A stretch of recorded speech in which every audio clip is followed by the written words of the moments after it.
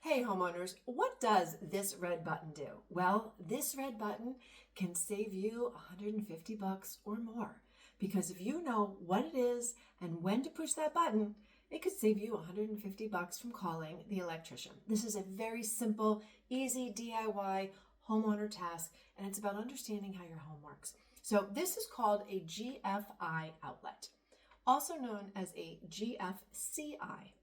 And it stands for ground fault interrupter or ground fault current interrupter.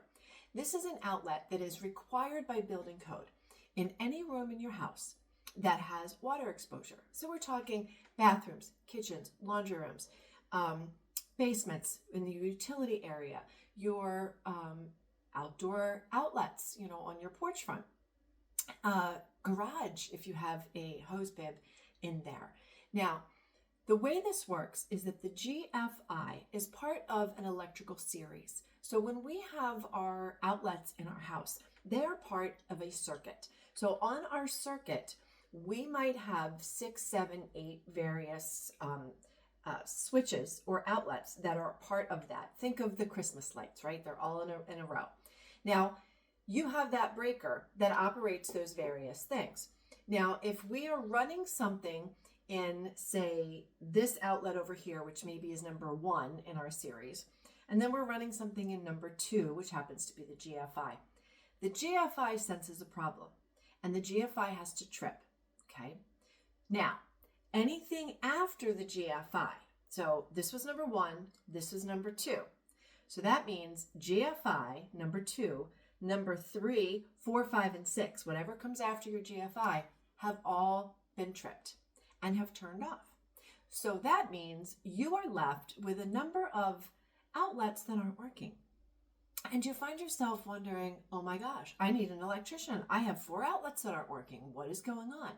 Number 1 thing to do is to locate the GFIs that are connected to those outlets and figure out how can we make this turn everybody back on. So what you're going to do is go to your GFI and you're going to hit the reset button. You're going to press that reset button for a few seconds and you'll see the light indicator come back on. Now you can go and test the other outlets and make sure that everything is working. This is not something we want to be paying for an electrician to come and do. This is easy problem solving.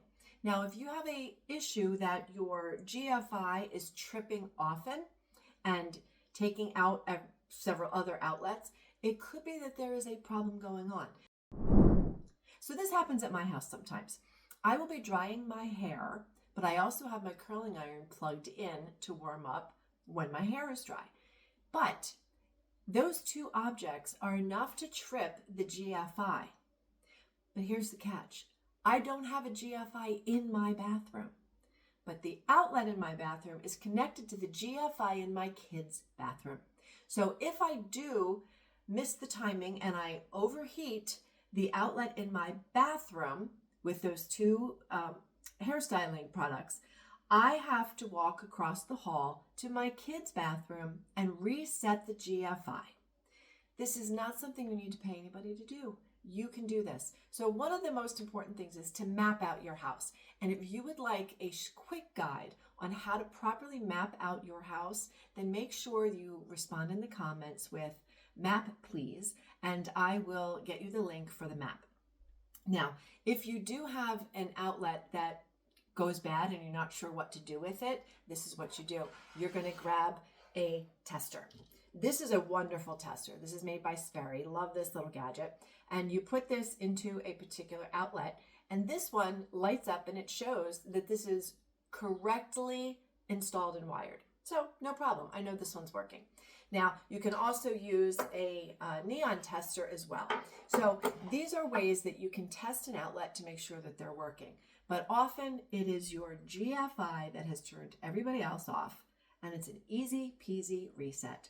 So make sure that you subscribe, you hit the notification button, and tune in to my newsletter, because I am doing monthly homeowner hangouts, and it is a Zoom class that is just informal, and we tackle various topics. This past one was electric, and the students learned a lot. So make sure you head over to the website, DIYHipChicks.com, and sign up for the newsletter.